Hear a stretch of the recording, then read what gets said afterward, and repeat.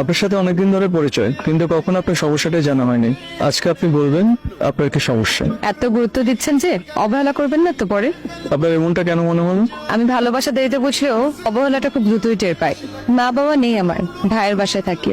তাহলে তুমি দুপুরে তো আর আসতেছো না না? এই মোবাইল নিছো, সাবধানে যাও। হ্যাঁ, আমার কথা তো শুনবি না না? এক সপ্তাহের মধ্যে তুই বিয়ের জন্য রাজি হবি। আমি মরে গেলে ওই লোককে বিয়ে করবো হবে। আপনি কেন সরি বলছেন? গল্পটা একদম সিনেমার মতো না? এটা কিন্তু ট্রেলার, পুরো গল্পটা আরো টুইস্টেড। আচ্ছা, আপনি আপনার হলে এই সিনেমাটা কি চালাতে পারবেন? আপনার ভাই কি এটা জানে না?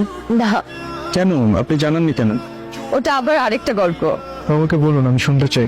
সব গল্প কেন আপনাকে জানতে হবে? শুনলাম। মানুষ সাধারণত দুটো কারণে অন্য মানুষের দুর্দশার কথা শুনতে চায়। এক, সেটা শুনে তার আনন্দ পায়। দুই, তার পার্থক্য করে বুঝতে চায় নিজেরা কতটুকু সুখে আছে। আপনি কোনটা? কষ্ট। আজকে উঠি। সাবধানে যাব।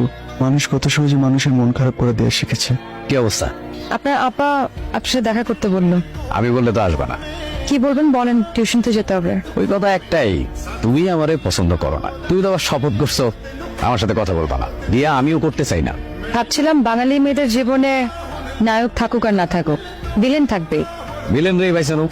শোনো সুজন, তোমার বোন না সারাদিন বাইরে থাকে, অথচ খাওয়া দাওয়ার কিচ্ছু করে না, নিজের প্রতি একটুও যত্ন নেয় না। কয়দিন পরে তো তোমাকে বিয়ে দিতে হবে। এভাবে যদি যত্ন না নাও, স্বাস্থ্য ভালো থাকবে না। আমি বোধহয় এই পৃথিবীর সবচেয়ে সুখী মানুষ, আর আমার এই ঘর হলো সুখের স্বর্গরাজ্য।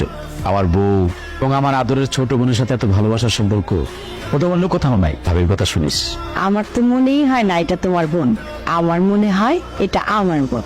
কিছু কিছু মানুষের জীবনে কি কখনো দুঃখ শেষই হয় না? অবশ্যই নয়, এক মুঠো বেদনার পরেই তো মানুষ সুখের দেখা পায়।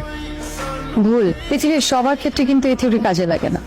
এই ধরুন আমার বড় মামা গত 3 বছর আগে একটা অ্যাক্সিডেন্টে ওনার পা ভেঙে যায়।